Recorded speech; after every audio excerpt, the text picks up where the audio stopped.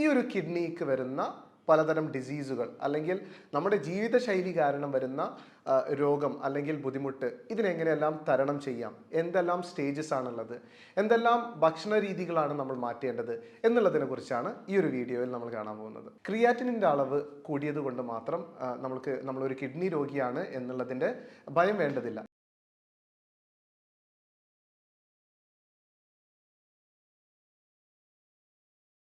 നമ്മുടെ ശരീരത്തിൽ എല്ലാ ദിവസവും എത്രയോ അധികം വേസ്റ്റുകൾ ഉണ്ടാവുന്നുണ്ട് അല്ലെങ്കിൽ അടിഞ്ഞുകൂടുന്നുണ്ട്. ഇതിനെയെല്ലാം തന്നെ നീക്കുവാനും നമ്മുടെ ശരീരത്തിൽ നിന്ന് പൂർണ്ണമായിട്ടും നീക്കുവാനും ഉള്ള സംവിധാനങ്ങളും നമ്മുടെ ശരീരത്തിലുണ്ട്. അതിൽ വളരെ ഒരു വലിയ പങ്ക് വഹിക്കുന്നതാണ് നമ്മുടെ കിഡ്നി എന്ന് പറയുന്ന ഒരു അവയവം. ഈ ഒരു അവയവം വളരെ ചെറിയ രൂപത്തിലുള്ള ഒരു പയറിൻ്റെ ആകൃതിയിലുള്ള ബീൻ ഷേപ്ഡ് എന്ന് പറയും, ഒരു പയറിൻ്റെ ആകൃതിയിലുള്ള ഒരു തരം ഓർഗനാണ്. വളരെ ഇമ്പോർട്ടൻ്റ് ആയിട്ടുള്ള ഒരു അവയവം തന്നെയാണ് ഈ കിഡ്നി എന്ന് പറയുന്നത്. നമ്മുടെ ശരീരത്തിൽ ഒരു ദിവസം 200ഓളം ലിറ്റർ രക്തം അത് ഫിൽട്ടർ ചെയ്തെടുത്ത് അതിലുള്ള വേസ്റ്റുകളെല്ലാം പുറന്തള്ളാൻ സഹായിക്കുന്ന ഒരു നല്ലൊരു ഓർഗനാണ് ഈ ഒരു കിഡ്നി എന്ന് പറയുന്നത്. വെറും വേസ്റ്റുകൾ പുറന്തള്ളുവാൻ മാത്രമല്ല, നമ്മുടെ ശരീരത്തിലുള്ള ആസിഡ് ബാലൻസ്, പലതരം ഹോർമോൺസുകൾ ഉൽപ്പാദിപ്പിക്കുന്നത്, അങ്ങനെ പലതരം പ്രവർത്തനങ്ങളാണ് ഈ ഒരു ചെറിയ അവയവത്തിനുള്ളത്. ഈ ഒരു കിഡ്നിക്ക് വരുന്ന പലതരം ഡിസീസുകൾ അല്ലെങ്കിൽ നമ്മുടെ ജീവിതശൈലി കാരണം വരുന്ന രോഗം അല്ലെങ്കിൽ ബുദ്ധിമുട്ട് ഇതിനെങ്ങനെയെല്ലാം തരണം ചെയ്യാം, എന്തെല്ലാം സ്റ്റേജസ് ആണുള്ളത്, എന്തെല്ലാം ഭക്ഷണ രീതികളാണ് നമ്മൾ മാറ്റേണ്ടത് എന്നുള്ളതിനെ കുറിച്ചാണ് ഈ ഒരു വീഡിയോയിൽ നമ്മൾ കാണാൻ പോകുന്നത്. സാധാരണഗതിയിൽ കിഡ്നി എന്ന് പറയുന്ന ഈ ഒരു അവയവം നമ്മൾ ഒരു ക്രിയാറ്റിനിൻ, നമ്മുടെ ബ്ലഡ് റിപ്പോർട്ടിൽ ക്രിയാറ്റിനിൻ അധികമാണ് എന്ന് കാണുമ്പോൾ പലപ്പോഴും നമ്മൾ പേടിക്കാറുണ്ട്. ക്രിയാറ്റിനിൻ അധികമാണ് എന്നുള്ളത് കൊണ്ട് മാത്രം നമ്മൾ പേടിക്കേണ്ട ഒരു കാര്യമില്ല. കാരണം പലപ്പോഴും എക്സസൈസ് ചെയ്യുന്നവർ അല്ലെങ്കിൽ നന്നായിട്ട് അത്ലറ്റ്സ് ആയിട്ടുള്ളവർ, നന്നായിട്ട് കായികമായിട്ട് ശരീരം അനങ്ങി പണിയെടുക്കുന്നവർ അല്ലെങ്കിൽ നല്ല സ്പോർട്സ് ചെയ്യുന്നവരെല്ലാം അധികമായിട്ട് പ്രോട്ടീനുകൾ കഴിക്കാൻ സാധ്യതയുണ്ട്. അല്ലെങ്കിൽ ധാരാളമായിട്ട് ചിക്കൻ അല്ലെങ്കിൽ പ്രോട്ടീനുള്ള കാര്യങ്ങൾ കഴിക്കുകയാണെങ്കിൽ പയർ, കടലവർഗ്ഗങ്ങൾ, ഇതേപോലെ തന്നെ പാല്, മുട്ട ഇതെല്ലാം കഴിക്കുമ്പോൾ പ്രോട്ടീൻ അധികമായിട്ടും ഒഴിവാകുന്നുണ്ട്. നമ്മുടെ മൂത്രത്തിൽ തന്നെ അത് ഒഴിവാകുന്നുണ്ട്. അപ്പോൾ ഇത് കൊണ്ട് മാത്രം നമ്മൾ പേടിക്കേണ്ട ആവശ്യമില്ല. ക്രിയാറ്റിനിൻ്റെ അളവ് കൂടിയത് കൊണ്ട് മാത്രം നമ്മളൊരു കിഡ്നി രോഗിയാണ് എന്നുള്ളതിൻ്റെ ഭയം വേണ്ടതില്ല. നമ്മൾ അതോടൊപ്പം തന്നെ നമ്മൾ ചെക്ക് ചെയ്യേണ്ട കുറച്ച് ടെസ്റ്റുകളാണ് സിസ്റ്റാറ്റിൻ സി, അതേപോലെ തന്നെ EGFR എന്ന് പറയുന്ന എസ്റ്റിമേറ്റഡ് ഗ്ലോബുലാർ ഫിൽട്രേഷൻ റേറ്റ് എന്ന് പറയുന്നത്. അത് നമ്മുടെ കിഡ്നി എന്ന് പറയുന്നത് ഒരു അരിപ്പ പോലെയാണ്, ഒരു ഫിൽറ്ററാണ്. നമ്മുടെ രക്തം അതിലൂടെ യഥേഷ്ടം കടന്നു പോവുകയും അതിൽ വരുന്ന വലിയ വലിയ അശുദ്ധികൾ അല്ലെങ്കിൽ വേസ്റ്റുകൾ, വലിയ മോളിക്യൂൾസ്, അല്ലെങ്കിൽ ചിലപ്പോൾ അത് ഒരു അശുദ്ധി ആയിക്കോളണം എന്നില്ല, നമ്മുടെ ശരീരത്തിൽ അളവിലും കൂടുതലായിട്ട് കണ്ടുവരുന്ന കുറച്ച് കാര്യങ്ങളായിരിക്കാം. നല്ല കാര്യങ്ങൾ തന്നെ അളവിലും കൂടുതലായതുകൊണ്ട് പുറന്തള്ളപ്പെടുന്നതായിരിക്കാം. അപ്പോൾ ഇതെല്ലാം ഫിൽട്ടർ ചെയ്ത് എടുത്ത് മൂത്രത്തിലൂടെ നമ്മുടെ യൂറിനേഷനിലൂടെ ഒഴിപ്പിച്ച് കളയുന്നതാണ് കിഡ്നി ചെയ്യുന്നത്. അപ്പോൾ ഈ ഒരു ഫിൽട്രേഷൻ എത്രത്തോളം എഫിഷ്യൻ്റ് ആണ് എന്നുള്ളതിനെ കുറിച്ചുള്ള ഒരു ടെസ്റ്റാണ് ഈ EGFR എന്ന് പറയുന്ന ഒരു ടെസ്റ്റ്. അതിൻ്റെ കണക്ക് വെച്ച് ഓരോ സ്റ്റേജുകളിലായിട്ടാണ് കിഡ്നി രോഗത്തെ അല്ലെങ്കിൽ കിഡ്നിയുടെ എഫിഷ്യൻസി, കിഡ്നി എത്രത്തോളം ആരോഗ്യപ്രദമാണ് അല്ലെങ്കിൽ എത്രത്തോളം ആരോഗ്യമുണ്ട് നമ്മുടെ കിഡ്നിക്ക് എന്നുള്ളത് അളവെടുക്കുന്നത്. അപ്പോൾ EGFR എന്ന് പറയുന്നത് ഒരു 90 വരെ ഉള്ള അളവാണെങ്കിൽ അത് സ്റ്റേജ് 1 എന്ന് പറയുന്ന ഒരു കിഡ്നിക്ക് ചെറുതായിട്ട് കുറച്ച് കോട്ടങ്ങൾ വരുന്നുണ്ട് അല്ലെങ്കിൽ നമ്മൾ ശ്രദ്ധിക്കേണ്ടതുണ്ട് എന്നുള്ളതിനെ കുറിച്ചാണ് നമ്മൾ നോക്കുന്നത്. ഈ സ്റ്റേജ് 1, അതേപോലെ തന്നെ സ്റ്റേജ് 2, സ്റ്റേജ് 3, ഇത് മൂന്നും തന്നെ, ഈ ഒരു 3 സ്റ്റേജുകൾ നമ്മൾക്ക് തിരിച്ചു പോകാൻ പറ്റുന്നതാണ്. നമ്മുടെ കിഡ്നിയെ മുന്നേ ഉണ്ടായിരുന്ന ഒരു ആരോഗ്യസ്ഥിതിയിലോട്ട്, പൂർണ്ണമായിട്ടുള്ള ഒരു ആരോഗ്യസ്ഥിതിയിലോട്ട് കൊണ്ടുപോകാൻ പറ്റുന്നതാണ്. പക്ഷെ നമ്മൾ കണ്ടുപിടിക്കുന്ന സാഹചര്യത്തിൽ തന്നെ ഉടനെ തന്നെ നമ്മുടെ ജീവിതശൈലിയിൽ, അതേപോലെ തന്നെ നമ്മുടെ ആഹാര രീതിയിൽ പലതരം മാറ്റങ്ങൾ വരുത്തേണ്ടതുണ്ട്. ഈ സ്റ്റേജ് 4, അതേപോലെ തന്നെ സ്റ്റേജ് 5 എന്ന് പറയുന്നത് ഒരു പൂർണ്ണമായിട്ടുള്ള ഒരു ആരോഗ്യസ്ഥിതിയിലോട്ട് തിരിച്ചു പോകാൻ പറ്റില്ലെങ്കിലും നന്നായിട്ട് മെയിൻറ്റെയിൻ ചെയ്യാൻ പറ്റും. എന്ന് പറഞ്ഞാൽ അതിലും കൂടുതൽ വഷളാവാതെ, നമ്മുടെ ആരോഗ്യസ്ഥിതി എന്ന് പറയുന്നത് തീരെ ലോ ആവാതെ നമ്മൾക്കത് മെയിൻറ്റെയിൻ ചെയ്യാൻ പറ്റും എന്നുള്ളതിന് കുറിച്ചാണ് ഈ ഒരു കാര്യത്തിൽ നമ്മൾ ഡിസ്കസ് ചെയ്യാൻ പോകുന്നത്. എങ്ങനെ നമ്മൾക്കത് മെയിൻറ്റെയിൻ ചെയ്യാം, നമ്മൾക്ക് ഇനിയും കൂടുതൽ ഡാമേജ് ആവാതെ മെയിൻറ്റെയിൻ ചെയ്യാം എന്നുള്ളതിനെ കുറിച്ചെല്ലാം നമുക്ക് കാണാം. അപ്പോൾ 90 വരെയുള്ള EGFR ലെവൽസ് എല്ലാം സ്റ്റേജ് 1 എന്ന് പറയുന്ന ഒരു കാറ്റഗറിയിലാണ് നമ്മൾ എടുക്കുന്നത്. ഇത് 30 to 60 ആണെങ്കിൽ EGFR estimated globular filtration rate ആണെങ്കിൽ സ്റ്റേജ് 3 ആവുന്നുണ്ട്. 15 to 30 ആണെങ്കിൽ സ്റ്റേജ് 4.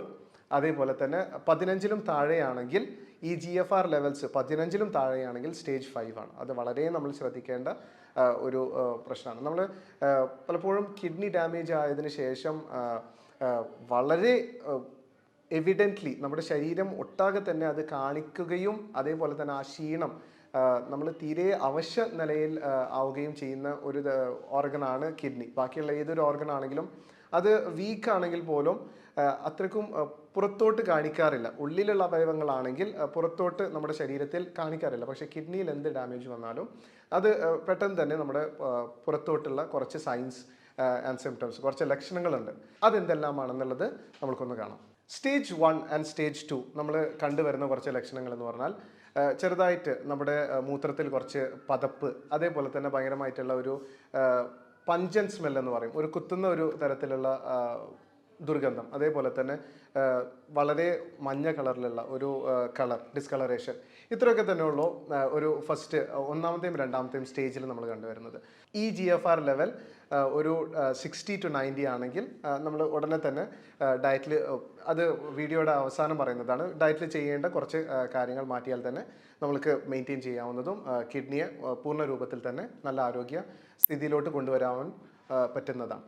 സ്റ്റേജ് 3 ആണെങ്കിൽ എന്ന് വെച്ചാൽ ഒരു 30 to 60 ആണ് EGFR ലെവൽസ് എന്നെങ്കിൽ അപ്പോൾ കണ്ടുവരുന്നതാണ് നമ്മുടെ ഈ കണ്ണിൻ്റെ അടിഭാഗത്ത് തൂങ്ങിക്കെടുക്കുന്ന എഡിമ എന്ന് പറയും. എന്ന് വെച്ചാൽ നീര് കെട്ടുന്നത്, ജലത്തിൻ്റെ അംശം, വെള്ളത്തിൻ്റെ അംശം നമ്മുടെ ശരീരത്തിൽ കെട്ടിക്കെടുക്കുന്നതും ഈ ഒരു ബാഗി ഐലിഡ്സ് എന്ന് പറയും.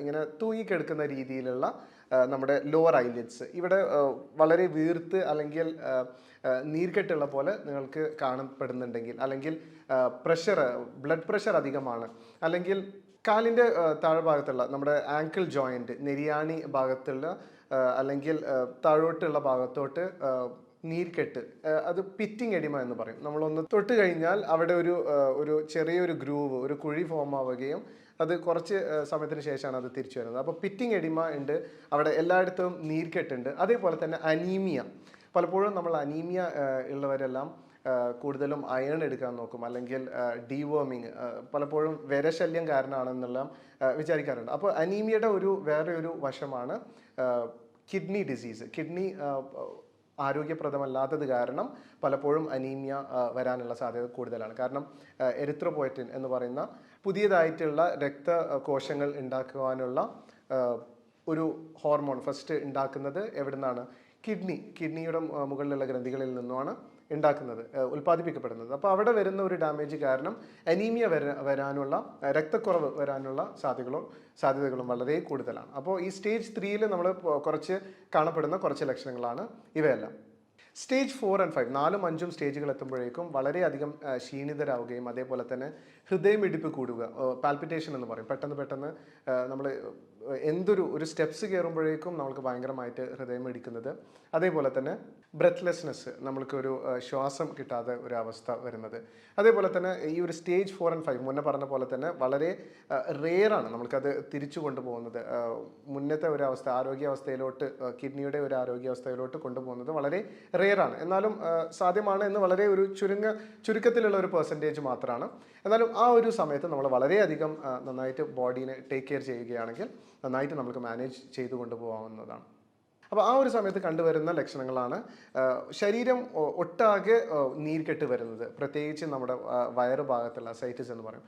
ആ ഒരു രീതിയിൽ ഫ്ലൂയിഡ് റിട്ടൻഷൻ, ഭയങ്കരമായിട്ട് ശരീരം ഒരു തരി പോലും നമ്മുടെ ശരീരത്തിലുള്ള ഫ്ലൂയിഡ്സിന് അല്ലെങ്കിൽ ജലാംശത്തെ പുറം തള്ളാൻ സമ്മതിക്കാതെ എല്ലാറ്റിനെയും തന്നെ പിടിച്ചു വെക്കുന്ന ഒരു രീതിയിൽ അതെല്ലാം തന്നെ നമ്മുടെ ശരീരത്തിൽ പല ഭാഗങ്ങളിലായി കെട്ടിക്കെടുക്കുകയും എഡിമ എന്ന് പറയുന്ന നീർക്കെട്ട് എല്ലായിടത്തിലും വരികയും അതേപോലെ തന്നെ ഈ പറഞ്ഞ പോലെ ശ്വാസമുട്ട്, അതേപോലെ തന്നെ COPD നമ്മുടെ ലങ്സിൽ, നമ്മുടെ ശ്വാസകോശത്തിൽ വരുന്ന നീർക്കെട്ട് കാരണം നമുക്ക് ബ്രീത് ചെയ്യാൻ പറ്റാത്ത, ശ്വാസം എടുക്കാൻ പറ്റാത്ത കുറച്ച് അവസ്ഥകൾ വരുന്നത്, ആ ഒരു ജലാംശത്തിൽ ബാക്ടീരിയകൾ ഉണ്ടാവുന്നത്, അപ്പോൾ അങ്ങനെ ഇൻഫെക്ഷൻസ് വരുന്നത് ഒക്കെ വളരെയധികം കാണപ്പെടുന്നതാണ്. ഈ ഒരു കിഡ്നി ഡിസീസ് കാരണം പലപ്പോഴും നമ്മുടെ ബോഡി ഭയങ്കരമായിട്ട് വീക്ക് ആവുകയും രോഗപ്രതിരോധ ശക്തി വളരെ ലോ ആവുകയും അതേപോലെ തന്നെ ഈ പറഞ്ഞ പോലെ നീർക്കെട്ട്, അതേപോലെ തന്നെ ഉറക്കമില്ലായ്മ, വളരെ ഹൈ BP, നമ്മുടെ ബ്ലഡ് പ്രഷർ വളരെ അധികമായിരിക്കും.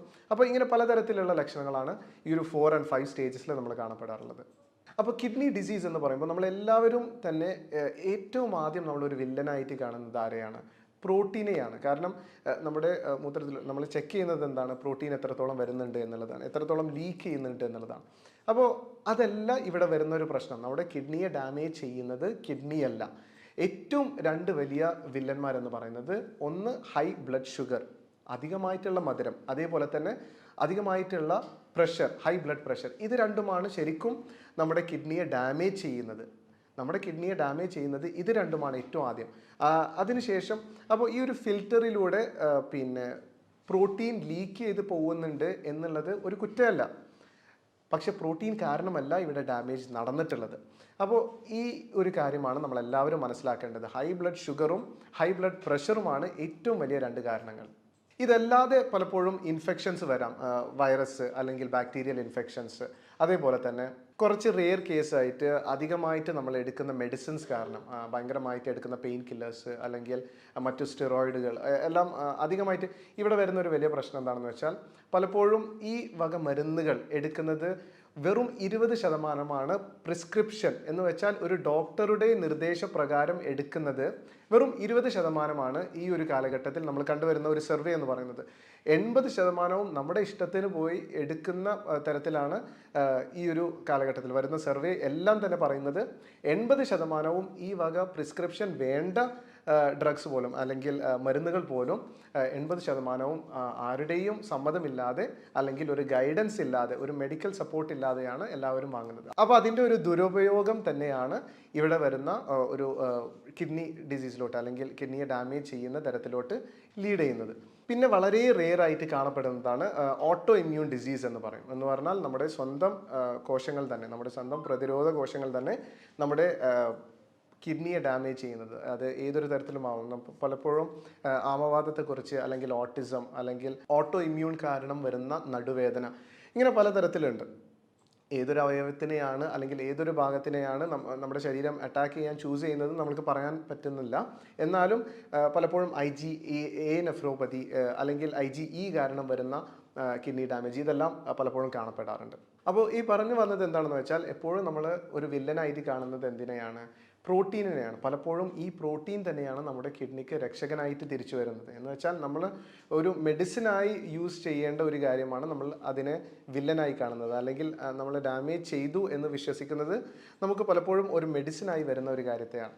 അപ്പോൾ എന്തെല്ലാം ഭക്ഷണ രീതികളാണ് നമ്മൾ ഓരോ സ്റ്റേജിലും ചെയ്യേണ്ടത്, അല്ലെങ്കിൽ എന്തെല്ലാം ഈ പറയുന്നതെല്ലാം തന്നെ ഒരു റഫ് ആയിട്ടുള്ള ഒരു ഗൈഡ് ലൈൻസ് ആണ്. ഇതെല്ലാം തന്നെ നിങ്ങളുടെ ഒരു ഡോക്ടറിൻ്റെ ഗൈഡൻസിൽ, എക്സ്പേർട്ടുടെ ഗൈഡൻസിൽ തന്നെയാണ് ഇത് മുന്നോട്ട് കൊണ്ടുപോകേണ്ടത്. പക്ഷേ ഈ പറയുന്ന എല്ലാം തന്നെ ഒരു റഫ് ഗൈഡ് ലൈനാണ്. നമുക്ക് ഒരു റഫായിട്ട് എന്തെല്ലാം ചെയ്യാൻ പറ്റുന്നു. കാരണം ഓരോ വ്യക്തികളും ഒരു യുണീക്ക് വ്യക്തികൾ തന്നെയാണ്. അവരിൽ വരുന്ന മാറ്റങ്ങൾ പലതുമായിരിക്കാം.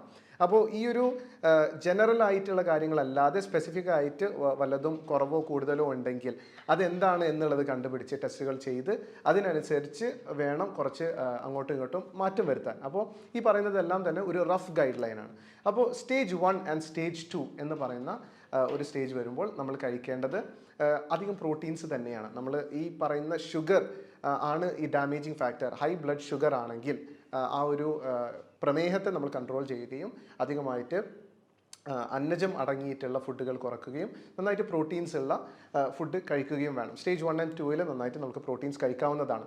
പലപ്പോഴും ഉടനെ തന്നെ ചിക്കൻ, അതേപോലെ തന്നെ മുട്ട, അതേപോലെ തന്നെ പാലുൽപ്പന്നങ്ങളൊക്കെ മാറ്റി വെക്കുന്ന ഒരു സ്ഥിതിയാണ് നമ്മൾ കാണാറുള്ളത്. പക്ഷേ ആ ഒരു സമയത്ത് നന്നായിട്ട് പ്രോട്ടീൻസും കഴിക്കണം. അതേപോലെ തന്നെ നല്ല കൊഴുപ്പുകൾ എന്ന് വെച്ചാൽ വെണ്ണ, നെയ്യ് അല്ലെങ്കിൽ നട്ട്സ്, അതേപോലെ തന്നെ തേങ്ങ, വെളിച്ചെണ്ണ, ഇതെല്ലാം നല്ല ഫാറ്റ്സാണ്. അപ്പോൾ നല്ല കൊഴുപ്പുകൾ നന്നായിട്ട് കഴിക്കേണ്ടതാണ്. നമ്മുടെ ശരീരത്തിന് നന്നായിട്ട് ഹെൽപ്പ് ചെയ്യുന്ന, ആരോഗ്യത്തിന് വേണ്ടി ഹെൽപ്പ് ചെയ്യുന്ന ഭക്ഷണങ്ങളാണ് പ്രോട്ടീൻസും ഫാറ്റ്സും. അപ്പോൾ സ്റ്റേജ് 1 and 2 നമ്മൾ നന്നായിട്ട് പ്രോട്ടീൻസും ഫാറ്റ്സും നന്നായിട്ട് എടുക്കുകയും അതേപോലെ തന്നെ ഷുഗേഴ്സിനെ കുറയ്ക്കുകയും ഇതിനെ എഫക്റ്റ് ചെയ്യുന്നത് ഹൈ ബ്ലഡ് പ്രഷർ ആണെങ്കിൽ അതിനുള്ള മരുന്നുകൾ എടുക്കുക. അല്ലെങ്കിൽ നമ്മൾ ഡയറ്റിൽ തന്നെ നോക്കുകയാണെങ്കിൽ നമുക്ക് നന്നായിട്ട് ബീട്രൂട്ട് അല്ലെങ്കിൽ മാതളം, അനാർ, പൊമഗ്രനേറ്റ് എന്ന് പറയുന്നതും നമുക്ക് ജ്യൂസ് അടിച്ച് കുടിക്കാവുന്നതാണ്. ഇതും BP നന്നായിട്ട് കുറക്കാൻ സഹായിക്കുന്നതാണ്. എന്നാലും അത് കൺട്രോൾ ആവുന്നില്ലെങ്കിൽ, ഡയറ്റിൽ കൺട്രോൾ ആവുന്നില്ലെങ്കിൽ തീർച്ചയായും അതിനുള്ള മെഡിസിൻസ് പ്രിസ്ക്രിപ്ഷനോടെ കൂടെ തന്നെ എടുക്കേണ്ടതാണ്. സ്റ്റേജ് 3 ഈ ഒരു കിഡ്നി ഡിസീസ് ഉള്ളതെങ്കിൽ തീർച്ചയായിട്ടും പ്രോട്ടീൻ അത്രയധികം എടുത്തില്ലെങ്കിലും എടുക്കേണ്ടതാണ്. പക്ഷേ ഒരു ലോ പ്രോട്ടീൻ നമ്മൾ എടുക്കുന്ന അളവ് കുറച്ചുകൊണ്ട് അധികമായിട്ട് ഫാറ്റ്സ് എടുക്കുക. അതേപോലെ തന്നെ നന്നായിട്ട് തൈര്, ഈ പറഞ്ഞ ഫാറ്റ്സിൽ ഉൾപ്പെടുന്നതാണ് തൈര് അല്ലെങ്കിൽ പാല്, അല്ലെങ്കിൽ അതേപോലെ തന്നെ നെയ്യ്, വെണ്ണ, അതേപോലെ തന്നെ നന്നായിട്ട് വെജിറ്റബിൾസ് ധാരാളം കഴിക്കാവുന്നതാണ്. റോ ആയിട്ടല്ല, നമ്മൾ ഏറ്റവും നന്നായിട്ട് കഴിക്കാൻ പറ്റുന്നത് വേവിച്ച പച്ചക്കറികൾ തന്നെയാണ്. അതോടൊപ്പം തന്നെ വളരെയധികം ശ്രദ്ധിക്കേണ്ടതാണ് ഉപ്പിൻ്റെ ഉപയോഗം. ഒരു സ്റ്റേജ് 3 ആകുമ്പോഴേക്കും ഉപ്പിൻ്റെ ഉപയോഗം ഒരു 1/4 ടീസ്പൂൺ മാത്രമാണ് ഒരു ദിവസത്തേക്ക് നമ്മൾ യൂസ് ചെയ്യേണ്ടത്. കാരണം ഉപ്പ് നമ്മൾക്ക് ആവശ്യമുള്ളതാണ്. പക്ഷേ ഈ ഒരു അവസ്ഥയിൽ നമ്മൾ വെറും ഒരു 1/4 ടീസ്പൂൺ ലോട്ട് മാത്രമായി നമ്മൾ കുറയ്ക്കേണ്ടതാണ്. ഒരു ദിവസം 1/4 ടീസ്പൂൺ മാത്രം ഉപ്പ് ഉപയോഗിക്കേണ്ടതാണ് സ്റ്റേജ് 3 ആകുമ്പോഴേക്കും. 4ാമത്തെയും 5ാമത്തെയും സ്റ്റേജ് വരുമ്പോൾ ഈ ഒരു മുന്നേ നമ്മുടെ കിഡ്നിയുടെ ആരോഗ്യാവസ്ഥ എങ്ങനെയായിരുന്നോ അതിലോട്ട് തിരിച്ചു പോകാൻ പറ്റുകയില്ലെങ്കിലും ഒരു മെയിൻ്റെനൻസ് ഇനിയും ഫെർദറായി അത് ഡാമേജ് ആവാതെ നമുക്ക് സൂക്ഷിക്കാൻ പറ്റുന്ന ഒരു രീതിയിലോട്ടുള്ള ഡയറ്റ് കൊണ്ടുപോകാനാണ് ഏറ്റവും നല്ലത്. ഈ ഒരു ഡയറ്റിൽ ഏറ്റവും മെയിനായിട്ട് വരുന്നത് വെജിറ്റബിൾസ് തന്നെയാണ്, പച്ചക്കറികൾ. ആ ഒരു പച്ചക്കറികൾ നമ്മൾ ലീച്ച് ചെയ്ത് കഴിഞ്ഞ് അത് വേവിച്ച് അതിലുള്ള ഹാർഡായിട്ടുള്ള പ്രോട്ടീൻസ്, പോഷകങ്ങളെല്ലാം ഒഴിച്ച് കളഞ്ഞ് അതിനുശേഷമുള്ള ആ ഒരു റിമെയിൻസ്, ആ ഒരു മുഷ് അത് കഴിച്ച് അതായിരിക്കണം മെയിൻ ആഹാരം. അതോടൊപ്പം തന്നെ നന്നായിട്ട് ചെയ്യാൻ പറ്റുന്ന ഒരു കാര്യമാണ്, ആ ഒരു സമയത്ത് നമ്മൾക്ക് ചെയ്യാൻ പറ്റുന്ന കാര്യമാണ് വാഴക്കാമ്പ് ജ്യൂസ് നമ്മൾ കഴിക്കുന്നത്. വാഴക്കാമ്പിൻ്റെ ആ ഒരു പിത്തിൽ നിന്ന് എടുക്കുന്ന ആ ഒരു ജ്യൂസ് എല്ലാ ദിവസവും ഒരു ഗ്ലാസ് കുടിക്കുന്നത് വളരെ നല്ലതാണ്. അതേപോലെ തന്നെ ആഷ്ഗോഡ് ജ്യൂസ്, നമ്മുടെ കുമ്പളങ്ങ ജ്യൂസ് അടിച്ചത് വെറും വയറ്റിൽ കുടിക്കുന്നത് വളരെ നല്ലതാണ്. കിഡ്നിയെ ആ ഒരു സമയത്ത് മെയിൻറ്റെയിൻ ചെയ്യുവാനും അതിനൊരു ലളിതമായിട്ടുള്ള അതിനെ കൂടുതൽ ബുദ്ധിമുട്ടിക്കാത്ത രീതിയിലുള്ള ഒരു നല്ലൊരു ഭക്ഷണ പദാർത്ഥമാണ് ആഷ്ഗോഡ് ജ്യൂസ് എന്ന് പറയുന്നത്. അതോടൊപ്പം തന്നെ എഗ് വൈറ്റ്സ്, നമ്മുടെ മുട്ടയുടെ മഞ്ഞക്കരു ഒഴിവാക്കിയിട്ട് അതിൻ്റെ വെള്ള ഭാഗം മാത്രം കുറച്ച് കഴിക്കുന്നത്. അതേപോലെ തന്നെ തീരെയും സോൾട്ട് പൂർണ്ണമായിട്ടും ഒഴിവാക്കിയിട്ടുള്ള ഒരു ഡയറ്റിലോട്ട് ആണ് നമ്മൾ മുന്നോട്ട് കൊണ്ടുപോകേണ്ടത്. അതേപോലെ തന്നെ വളരെ നല്ലൊരു ആൻറ്റി ഇൻഫ്ലമേറ്ററി മോളിക്യൂളാണ് നമ്മുടെ മഞ്ഞൾ എന്ന് പറയുന്നത്. അപ്പം മഞ്ഞൾ പലപ്പോഴും കിഡ്നിയെ ആ ഒരു സമയത്ത് 4ാമത്തെയും 5ാമത്തെയും സ്റ്റേജിൽ ഡാമേജ് ചെയ്യാനുള്ള ഒരു സാധ്യത കൂടുതലാണ്. അതുകൊണ്ട് അതിൻ്റെ കുർക്കുമിൻ എന്ന് പറയുന്ന ഒരു കോമ്പൗണ്ട്, അതിലടങ്ങിയിട്ടുള്ള കുർക്കുമിൻ എന്ന് പറയുന്ന കോമ്പൗണ്ടാണ് ഈ ഒരു ആൻറ്റി ഇൻഫ്ലമേറ്ററി, നീർക്കെട്ട് നീക്കുന്ന ഒരു സാധനം. അപ്പോൾ ആ ഒരു കോമ്പൗണ്ട് നമുക്ക് സപ്ലിമെൻ്റ് ആയിട്ട് തന്നെ, മരുന്ന് രൂപത്തിലായിട്ട് തന്നെ അതിൻ്റെ എക്സ്ട്രാക്റ്റ്, അതിൻ്റെ കോൺസെൻട്രേഷൻ മാത്രം എടുത്തിട്ടുള്ളത് നമുക്ക് ലഭിക്കുന്നതാണ്. അത് നമുക്ക് എല്ലാ ദിവസവും നമുക്ക് എടുക്കാവുന്നതാണ്. നീർക്കെട്ടിനും അതേപോലെ തന്നെ ബാക്കിയുള്ള ഇൻഫ്ലമേഷൻസ്, ബാക്കിയുള്ള ഡാമേജിനെല്ലാം കുറക്കുവാനും നന്നായിട്ട് സഹായിക്കുന്നതാണ് ഈ കുർക്യുമിൻ അല്ലെങ്കിൽ മഞ്ഞളിൻ്റെ എക്സ്ട്രാക്റ്റ് എന്ന് പറയുന്നത്. അതേപോലെ തന്നെ നമ്മൾ സൂക്ഷിക്കേണ്ട ഒരു കാര്യമാണ് സോഡിയം പൊട്ടാഷ്യം ബാലൻസ് എത്രത്തോളം ഉണ്ട്. ഓരോ വ്യക്തിക്കും എത്രത്തോളം, ഏതാണ് കുറവ് ഏതാണ് കൂടുതൽ എന്ന് നോക്കിയിട്ട് വേണം നമ്മൾ അതിനനുസരിച്ചുള്ള ഒരു ഡയറ്റ് കൂടെ പ്രിസ്ക്രൈബ് ചെയ്യേണ്ടതാണ്. അതുകൊണ്ട് ഈ പറഞ്ഞ പോലെ തന്നെ കിഡ്നി എന്ന് പറയുന്നത് മറ്റുള്ള അവയവങ്ങൾ പോലെയല്ല, വളരെയധികം കെയർ എടുക്കേണ്ട വളരെ മൃദുലമായിട്ടുള്ള ഒരു അവയവമാണ്. അതുകൊണ്ട് തന്നെയാണ് ഇപ്പോൾ ഷുഗർ ഉള്ളവർക്കും അതേപോലെ തന്നെ ഹൈ ബ്ലഡ് പ്രഷർ ഉള്ളവർക്കും പെട്ടെന്ന് തന്നെ ഡാമേജ് ആവുന്ന ഒരു അവയവം എന്ന് പറയുന്നത് കിഡ്നി തന്നെയാണ്. ആദ്യം തന്നെ ഡാമേജ് ആവുന്നത് കാരണം ആ ഒരു മൃദുലമായിട്ടുള്ള ഒരു ഫിൽട്രേഷൻ സിസ്റ്റം ഭയങ്കരമായിട്ട് ഡാമേജ് ആയി പോകുന്നുണ്ട്. അപ്പോൾ ഇതിനെ വളരെ സൂക്ഷിച്ച് തന്നെയാണ് നമ്മൾ കൈകാര്യം ചെയ്യേണ്ടതും. അതേപോലെ തന്നെ ഒരു എക്സ്പേർട്ട് ഡോക്ടറിൻ്റെ ഒരു ഗൈഡൻസിൽ തന്നെയാണ് എല്ലാ കാര്യങ്ങളും നമ്മൾ ചെയ്യേണ്ടത്. അപ്പോൾ എല്ലാവർക്കും ഒരു നല്ല ആരോഗ്യം ആശംസിക്കുന്നു നേരുന്നു. വീണ്ടും ഒരു ഹെൽത്ത് വീഡിയോയുമായി കാണാം. Thank you.